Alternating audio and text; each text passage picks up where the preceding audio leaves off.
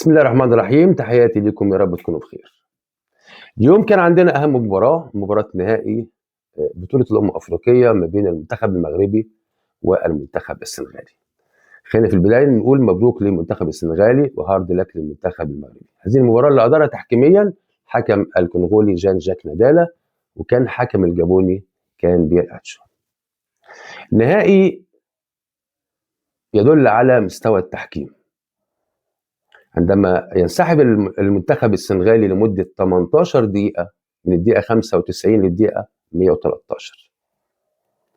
نتكلم على انسحاب السنغال اعتراضا على هدف سجل في الدقيقة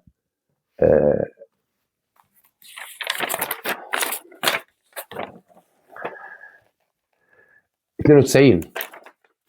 هدف صحيح تم إلغاؤه من قبل الحكم جان جاك نادالا. نروح للهدف ونشوف هل في مخالفة؟ هل الحكم النهارده اللي خد القرار بإلغاء الهدف أو بالصافرة؟ السؤال بس، هو أنت مش عندك فار؟ أنت عندك فار، والمفروض طالما في فار المفروض كنت تأخر الصافرة حتى عشان يلحق الفار حتى يتدخل، ولكن أنت أطلقت صافرة على مخالفة مش موجودة.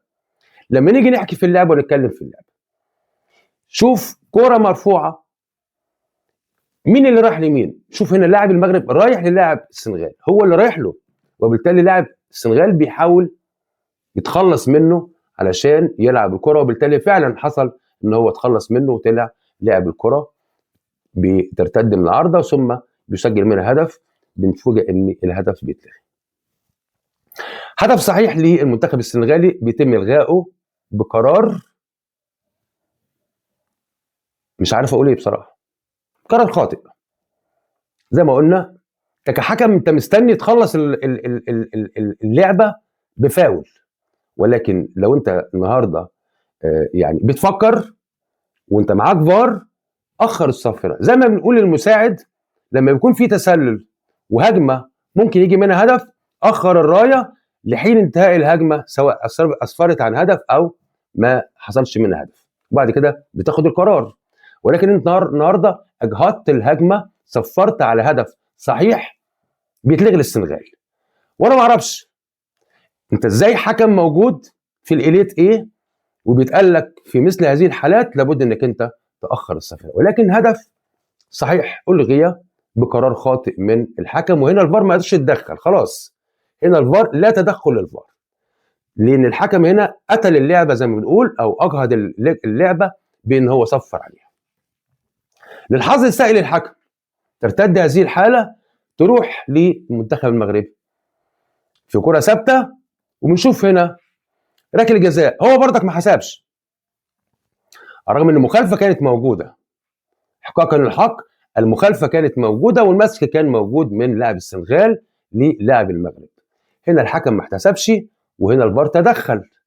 هنا الفار تدخل في ركله جزاء، استدعى الحكم، وشفنا طبعا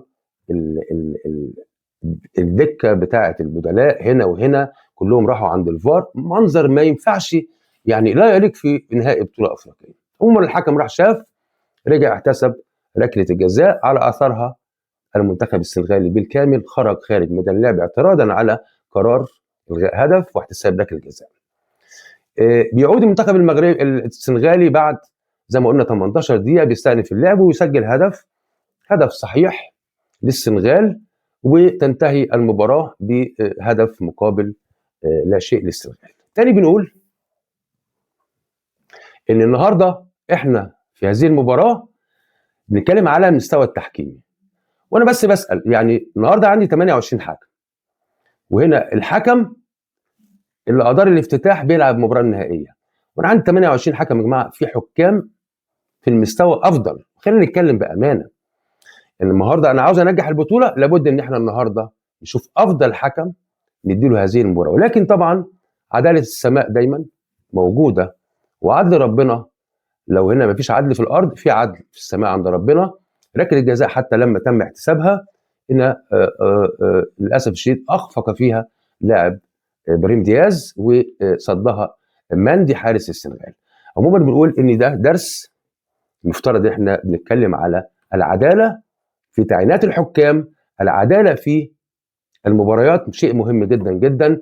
تاني مبروك للسنغال، وهارد لك لمنتخب المغرب. تحياتي ليكم في حالات تحكيميه اخرى، اترككم في رعايه الله.